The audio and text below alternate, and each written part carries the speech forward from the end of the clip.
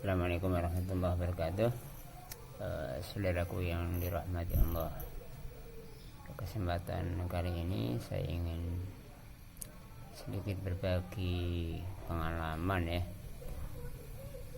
Saya memiliki sebuah buku tentang kesehatan yang letaknya di paling atas itu ya, di layar itu.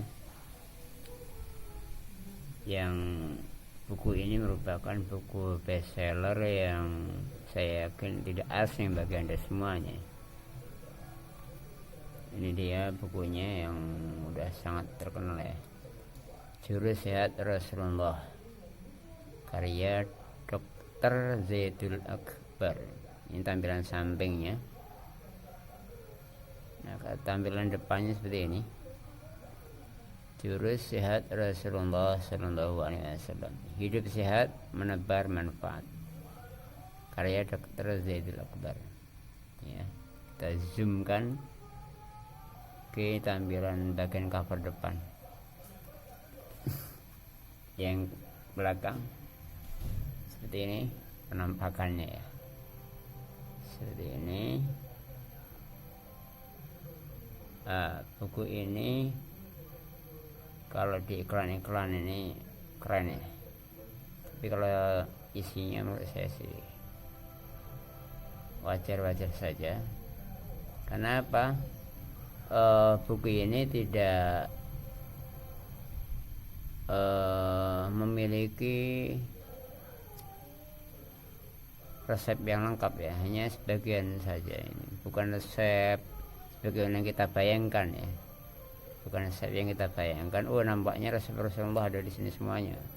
Tidak dirinci begitu. Ini hanya inti-inti sebagian saja, bukan semuanya ya.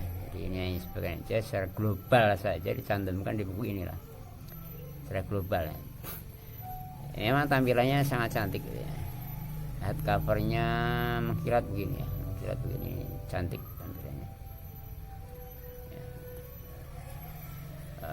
Sedikit mengkilat begini ya. Nah, ini di dalamnya, di bagian dalam kita lihat saja ya. Kita buka di tampilan dalam. Nah, polos ya, ini polos, mengkilat, bagus, keren. Bismillahirrahmanirrahim. Nah, saya beli di Palembang 30 September 2020 Masehi. 99.000 ya, 100.000 hanya sisa Rp1.000 aja. Ini terbitan dari Sigma. Kita lihat ya, ini ada sebuah hadis ya. Ini Rasulullah Muhammad SAW bersabda, taraktu fikum amrayni lan tadillu ma tamassaktum bihima kitaballah wa sunnat rasulih. Hadis yang sangat masyhur ya, hadis dari Malik, Al-Hakim, Baihaqi, Ibnu Nasr, Ibnu Hazmi. Aku telah tinggalkan pada kamu dua perkara, kamu tidak akan selamanya selama berpegang pada keduanya, yaitu kitab Allah, yakni Al-Quran, sunnah Rasulnya Muhammad SAW. Memang kitab di buku ini, buku kesehatan ini merupakan pengantar kita untuk bagaimana caranya agar hidup sehat ya, gaya hidup sehat ala Rasul lah begitu, walaupun ini dari globalnya saja. Kita lihat daftar isinya. Ini ada apa ya, ada bab yang pertama, masalah kesehatan kita saat ini ya, baik itu tentang produk olahan, kemudian salah kaprah mengenai pencuci mulut, biji-bijian, gula putih dan sebagainya, udang, daging, kuman bakteri, makanan teroksidasi dan sebagainya. Kemudian profil generasi terbaik pada zaman Rasulullah SAW. Kemudian yang kedua, anggap aja bab ya, jurus menyehatkan kolbu ala Rasulullah SAW. Kolbu ya, bukan kalbu tapi kolbu, pakai kof. Kalau kolbu itu artinya hati, kalau kalbu itu artinya hewan yang najis, yakni anjing. Jadi qalbu, walaupun tulisannya pakai A tapi maksudnya adalah qalbu versi Rasulullah Muhammad SAW. Jurus menyehatkan hati kita ini ada 6 ya. 6. Yang pertama, semua mungkin kalau Allah itu berkehendak. Kemudian B, berprasangka baik kepada Allah. Yang C, menjaga hati, iman dan pikiran. D, beribadah dengan benar. E, perbanyaklah bersujud kepada Allah. Dan F adalah dahsyatnya subuh dan bangun pagi. Ini jurus menyehatkan hati ala Rasulullah versi buku Zaidul Akbar di buku ini ya. Kemudian yang ketiga, bab ketiga itu ada jurus menyehatkan tubuh. Nah, bagian yang tadi kan menyehatkan kolbu ya. Yang kedua ini bagian menyehatkan tubuh ala Rasulullah SAW. Ini juga secara global saja. Mulai dari menjaga kebersihan pribadi, berolahraga, kemudian tidur sesuai sunnah, buang air kecil dan buang air besar yang benar. Dan yang E adalah aromaterapi, terapi aroma ya. Alhamdulillah bagus terapi aroma, sudah pernah menggunakannya. Kemudian yang keempat adalah mengkonsumsi makanan yang halal dan thayyib alias bergizi, yang baik, bergizi. Ada 6 pembahasan di sini. Yang pertama, mengapa harus mengkonsumsi yang halal dan menghindari yang haram. B, thayyib versus an-thayyib. Jadi ada bahasan di sini, apa sih makanan thayyib, apakah makanan yang an-thayyib atau yang tidak baik itu. Ini contoh-contoh produk yang halal dan thayyib. Kemudian diet ala Rasulullah, ada diet ala Rasulullah. Kemudian memakan makanannya versi penghuni surga. Ini keren kayaknya yang E ini ya. Mengkonsumsi makanan yang makanannya itu makanan para penghuni surga. Apa saja, buka aja di buku ini. Kemudian bab yang berikutnya adalah 5 kunci sehat membangun gen yang sehat, tentang asam amino, probiotik, prebiotik, rempah, rimpang. Nah ini dia. Saya juga belum buka seluruhnya. Berikutnya, bab berikutnya pengobatan yang dianjurkan Rasulullah SAW, yang adalah teori warna dan bentuk dalam pengobatan tradisional. Ini sudah saya baca ya seluruhnya. Kemudian B yang ruqyah juga sudah saya baca, dan yang C adalah ruqyah. Nah untuk bab ini, spesial bab ini sudah saya baca semuanya ya. Ini tentang teori warna dan bentuk dalam pengobatan tradisional, kemudian tentang ruqyah, dan terakhir tentang C bekam. Saya baca bab ini khususnya. Kemudian bab yang terakhir adalah mewujudkan generasi baru peradaban emas Islam. Ini saya belum baca. Intinya di sini tentang epigenetik dan lahirnya generasi Islam emas, bersabar dan bersyukur, 2 kunci mutlak sehat jiwa dan raga. Sehat kolbu, jiwa dan raga kita dengan cara bersabar dan bersyukur. Bagian dari kunci mutlak agar sehat jiwa dan raga kita. Dan yang C adalah rahasia bahagia saat melahirkan. Wah ini saya nggak tahu urusan yang C ini ya. Ini urusan si istri, urusan kaum hawa, urusan perempuan ya. Terakhir ini kenapa Zaidul Akbar malah bahas tentang rahasia bahagia saat melahirkan. Kita orang-orang kaum Adam nggak tahu ya bagaimana rahasia bahagia saat melahirkan. Wallahu alam ini kita lanjutkan.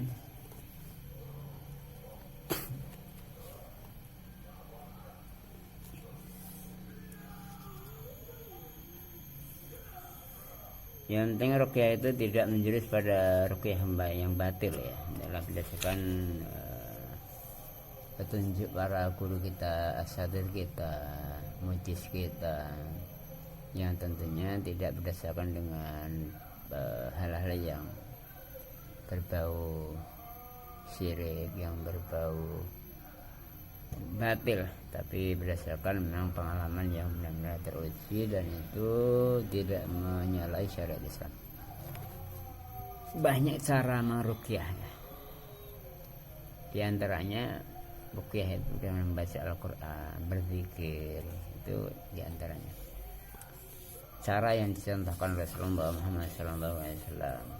Dan tentunya jangan sampai lupa bahwa ilmu itu afdalnya digurukan ya, digurukan ilmu itu. kalau ilmu tanpa digurukan, jangan-jangan nanti salah dalam pengobatan itu. Memang sih Rasulullah Muhammad SAW, beliau mencontohkan bahwa beliau itu setiap hari meruqyah diri sendiri, ruqyah mandiri istilah bahasa di Jamiah Ruqyah Aswaja kita ya. Ruqyah mandiri itu meruqyah diri sendiri. Rasulullah SAW itu setiap hari meruqyah diri sendiri menjelang tidur. Nah, nggak ada salahnya ketika kita meruqyah diri sendiri. Tapi alangkah bagusnya kalau diruqyah oleh orang lain dulu kita ya, karena kita itu orang awam ya. Diruqyah oleh seorang peruqyah atau peruqyah yang memang dia sudah punya ilmu, yang sudah diajari oleh guru, bukan karena abal-abal, bukan karena sembarangan ilmu ya. Nah, ini lebih bagus itu, baru setelah itu ruqyah mandiri itu lebih utamanya. Jadi untuk kita ya, kita ini kan di Jamiah Ruqyah Aswaja, tim Cakra Buana Kabupaten Banjarmasin ya. Kita itu sudah alhamdulillah sudah punya tim yang lumayan solid ya, alhamdulillah, berkah para ulama, para masyayikh. Utamanya adalah dari berkah guru kita Gus Alamaluddin Siddiqi MPDI, kemudian pengurus pusat dan pengurus wilayah dalam hal ini Ustaz Zuri Al-Mazaki di Sumatera Selatan ya. Nah, kita kembali ke sedikit kajian buku ini. Tapi kenapa saya sentuh-sentuh dengan jamiah kita, karena memang jamiah kita itu kan jamiah yang insya Allah pengobatannya itu tidak menyalahi aturan dari syariat Islam. Banyak yang sudah kita tolong ya.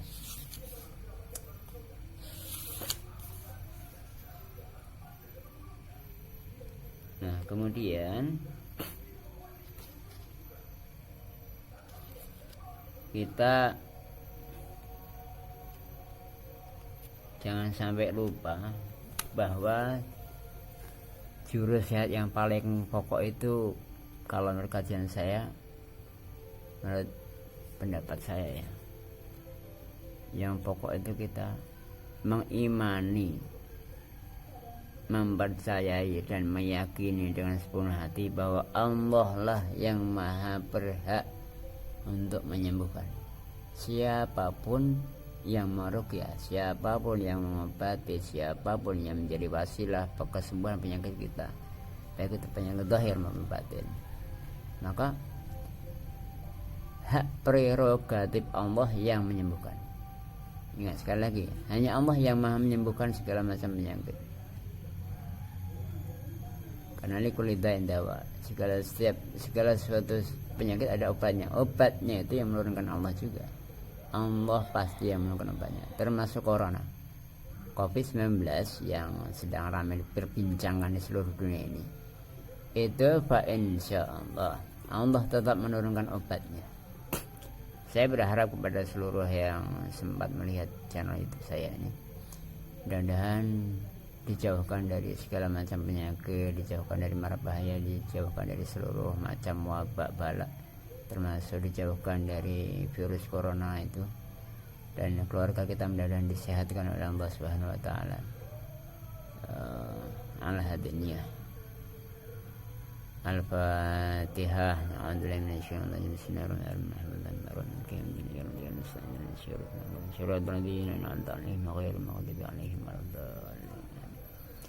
Nah, terakhir bahwa kita berharap ya bahwa segala macam yang kita butuhkan dalam hidup di dunia ini, tentunya kesehatan iman juga kita utamakan, yang kesehatan iman di samping kesehatan tubuh kita ya. Itu baik saudaraku yang dirahmati Allah, demikian dapat kita sampaikan, yang mudah-mudahan ada manfaatnya, ada berkahnya. Bila dalam penyampaian banyak kehilafan, kesalahan, mohon maaf yang sebesar-besarnya kepada Allah, mohon maghfirahnya. Assalamualaikum warahmatullahi wabarakatuh.